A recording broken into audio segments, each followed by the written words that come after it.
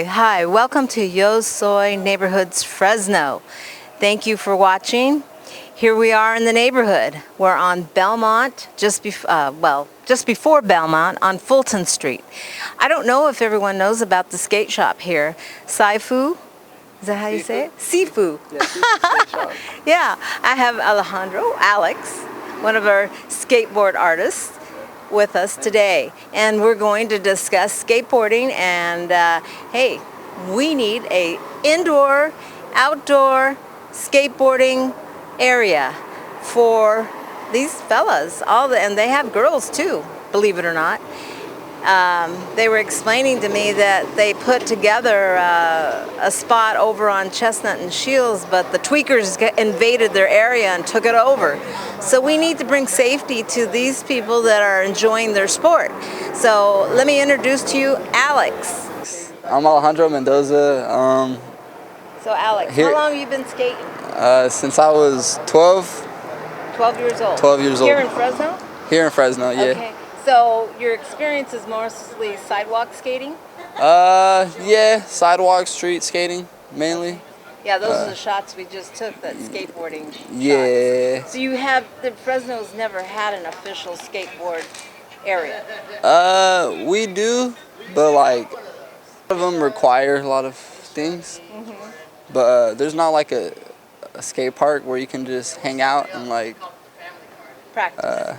Well, I mean, like, there's a lot where you can hang out and practice, but there's not one where, like, you can just go out and, like, be with anybody but skaters. Like, but we always share parks with, like, other, more skate parks, because some people have to go far out their way to other skate parks a lot. So it'd be like, if we had a skate park more, like, in all areas, it'd be more easier for a lot of other skaters. So they want to have to be like going out of their way a lot, like across towns. Yeah, there's a lot of skateboarders. People don't really recognize it though a lot. But. Yeah. And Dante, where's he at?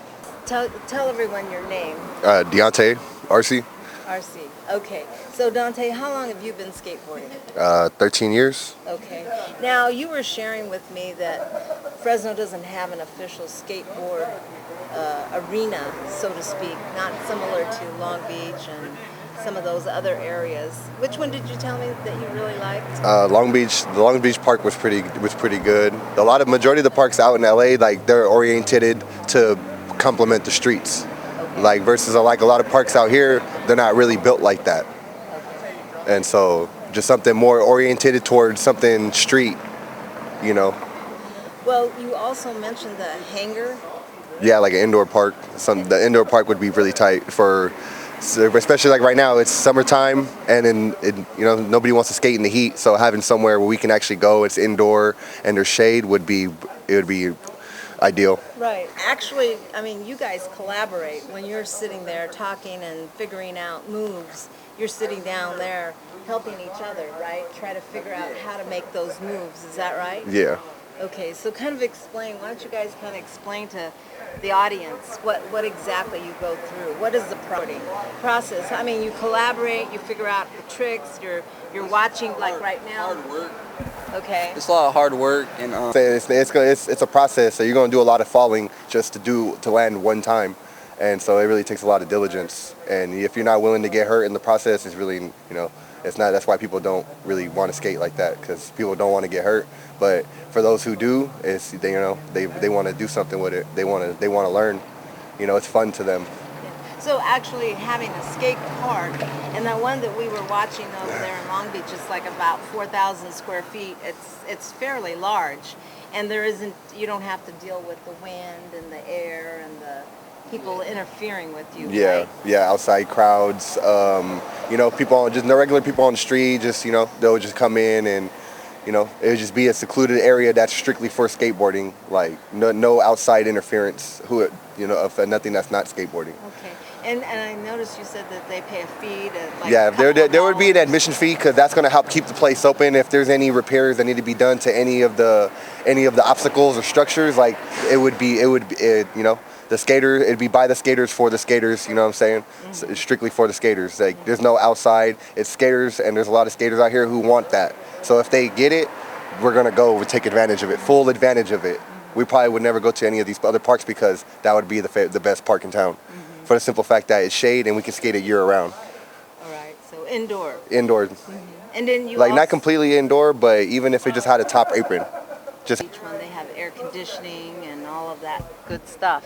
So do you guys compete? Do you have professional competitions? it really just depends.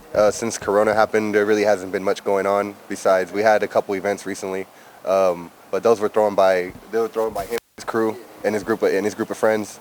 And but as far as that, there's really not much that goes on here like that because we don't have the funding for it, and there's not, and it's just due to the scene of Fresno as a whole from the outside perspective. A lot of people don't want to invest into a city that has the type of rep Fresno has. So that kind of it's hard for Fresno to progress and get somewhere with doing something because it's the rap that it has that keeps it So fresh. explain to the audience, is going, what kind of rap do you mean Fresno has? A reputation of some sort? Yeah, Fresno, like lately, I'm pretty sure you see what's going on. People watch the news. People out here are crazy. You know what I'm saying? Like, it just be a lot of nonsense that really goes on out here. Innocent people die for no reason. You know what I'm saying? And there's a lot of these people out here. Some of them are skateboarders. Some of them are personal homies that that fell victim to reckless people out here because it's just this environment. There's a lot of drugs. There's a lot of gangs. There's a lot of nonsense and violence stuff that really doesn't even need to happen. And when it happens, there's no explanation behind it because that's how much it doesn't make sense. And when other people see that, people look up the places they go before they go, and some people, when they see what goes on here, they don't want to come here. And if they do, they want to get through as fast as they can before they get, there's innocent people who get caught up in something they know nothing about. Right. Innocent kids get died by stray bullets and all that, and they don't even know what's going on, And so if you're on the outside looking at it, you're going to be like, of course I wouldn't want to take my kids to a city like that, because I don't know if I'm going to be caught in a situation like that. And that's reasonable for anybody to want to not come here, you know what I'm saying? And it's just like, we need to change that though, you know what I'm saying? And there's just a lot of ways we're trying to change that, you know what I'm saying? But the city... So this is one of the ways that we could change the change cops and robber culture that we have established here by the old school people. Yeah. We need to get rid of that. With malicious intent, we don't go out there to personally, we want to vandalize and destroy. It's not like You're that. having fun. We're having fun. We're doing something, and this is possibly something that could take us across the world. You know what I'm saying? Feed our families, feed ourselves, and we can make a full career out of it as an athlete. That's you know, right. It's something more than just a piece of wood and four wheels. Well, let people know that we're watching, what was that, U.S. international competition right now? Yes. They have that on the tube. Yes, it's to a point where now it's getting so much recognition, it's becoming an Olympic sport, so that's where it's just going to show how far this thing can really take you. You know what I'm saying? It's all in the name of fun, though. But if everybody's blessed with their own skill sets and abilities, so for those who can and they want to have that dream of making it big, it's right there. You got that board, it's possible, It just takes your own personal determination to really get where you want to be at. And really, this sport takes concentration. It's just like skiing or any of the other sports, really. If it's one of the most rigorous sports because you're utilizing your whole entire body and momentum, you're using your whole body's on this board versus like any other sport, your feet are on the ground. Now, I took shots of you repairing this. Can you take that board and show the audience exactly what you have to do every time you do a run? Well, it just depends on how much you skate and what you skate. It just depends on your maintenance. Like if you're skating a lot of, it just depends on the type of ground you skate. If you're skating smooth concrete, like your wheels are gonna probably last a little bit longer. But if you're skating asphalt or like rough sidewalk, they're gonna get eaten up pretty fast. If you're skating a lot of rails, then your trucks will last long. Your trucks will last long if you're skating rails because the metal on metal, it don't really grind. The grind lasts. The trucks last longer. You're talking about this, and you're talking about Yeah, this. your wheels. If you skate rougher ground, they'll wear down a lot faster versus you skating a smoother, flat surface. Your trucks, if you're grinding metal, it really honestly depends on what type of metal, because not all metals grind the same. Some are harsher than others, and so depending on what you skate. But if you skate ledges or concrete obstacles, and then they're gonna wear down a lot faster. And same thing with boards. Like you skate a smoother surface or like a smooth corner or something smooth, you're gonna get the smooth. But if you're skating something rough, it's gonna be all scratched up. You're gonna be taking chunks out of your. So having a skate park indoors would be rather beneficial because beneficial for the fact that there's always a spot where people can go and know that they're always gonna skate when they want to skate. You know, because especially during this time where you can't really be out in public. There's security guards at every skate park now. For some reason, all these parks that don't need security have security, you know, and it's only because the drugs, and not the drugs, but the homeless around, right. You know, that's the only reason why. And the homeless are ruining it for us. Like, the riffraff coming in. Yeah, and what comes in, up. yeah, they come, they defecate in the park, you know, they do all that type of stuff, and it's just like, you know, there's like, we need a different environment. We need like reform. Right. And then you were mentioning Chinatown would be the greatest place for you because it's not too far from the freeway, and if you guys are actually pursuing competition, people coming from the outside to compete would pull off and go in there and feel safe. They want to feel safe just like any other athlete. Yep. Right? Yep. And they're doing a good job. Chinatown, I was just down there earlier today, and they're rebuilding. They're doing, like, it's going to look nice, I can already tell, you know, and it could be a lot bigger than what it is right now, you know. It just, if they want it to be that big, it just, you know, anything is possible. We can do it. We're the people of the city, you know. Right. Any other thing you would like to add to that, Alex? I'd say just have fun with skating. Be safe out there, or be safe out here in Fresno. It's crazy right now, like what Dee was saying, but we'll be good. We'll all be good. Yeah, I know you guys are good. I know you're good guys.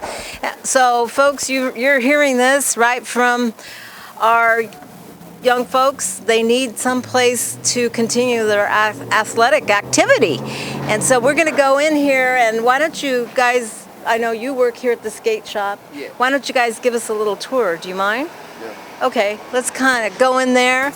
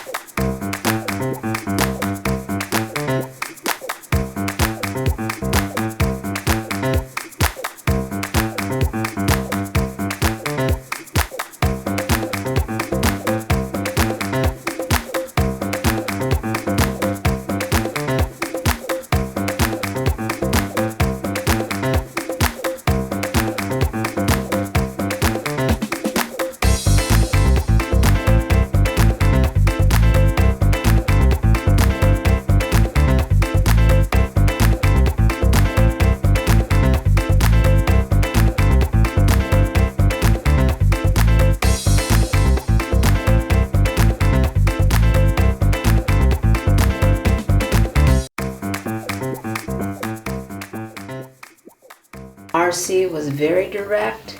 He was precise in what he would like to see happen. As Anita and I were leaving, we met up with the owner, Sean. Shared with me that he has friends help design, do this work at a discounted or for free, a facility. RC was described. They want this as an occupation and they want to compete in the Olympics.